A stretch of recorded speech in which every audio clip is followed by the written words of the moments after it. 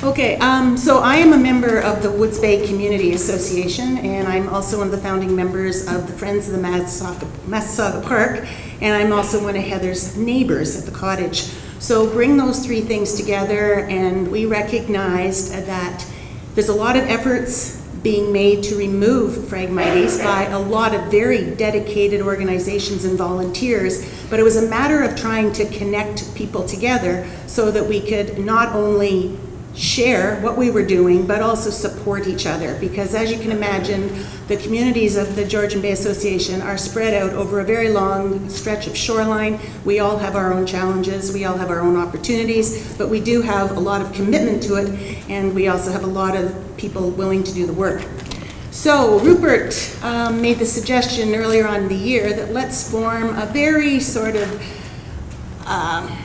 I would say a loose organization. It's not a standing committee of anything, but we asked each organization, community associations, to suggest one person who might be willing to be their sort of frag point person, and we would try and get together.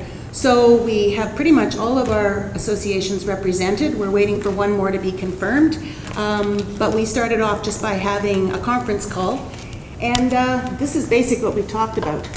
So all of these folks came with experience, some of many years, with very challenging frag stands that they've been working on. Those who couldn't join the conference call, which went, I think it was about an hour and a half, and included David and Heather from Georgian Bay Forever, as well as Rupert and myself and all these representatives.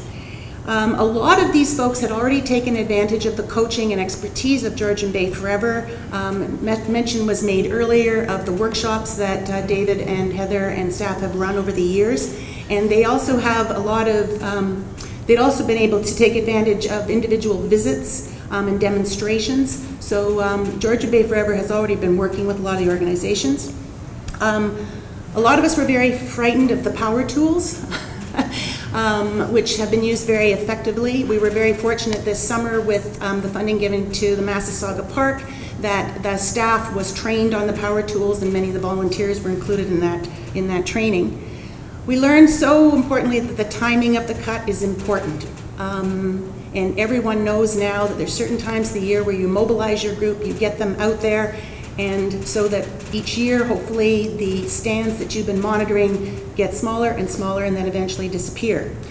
A lot of educational efforts. I know that Heather and many other members of the GBF have gone to various community association meetings, their AGMs, to say, here's invasive frag, here's native frag. Be very careful. Obviously, if you're harvesting on, on public or private land, you want to maintain the biodiversity. You don't want to detract from it. We've learned how to cut, when to cut. We know the difference between a stolen and a rhizome, and the dangers of just yanking something up and creating a whole bunch of small pieces that then go and establish themselves somewhere. We've also talked to our municipalities about their role. A lot of communities have got challenges with disposal. What do we do with this? It's a huge amount of biomass that takes a very long period of time to, to break down. And so we've spoken to members of council and those people aspiring to be members of council, and we're also very much concerned too about the reintroduction of Phragmites into areas where we've pretty much got under control.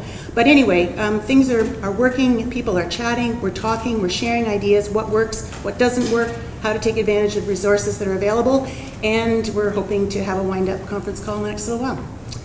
That's it.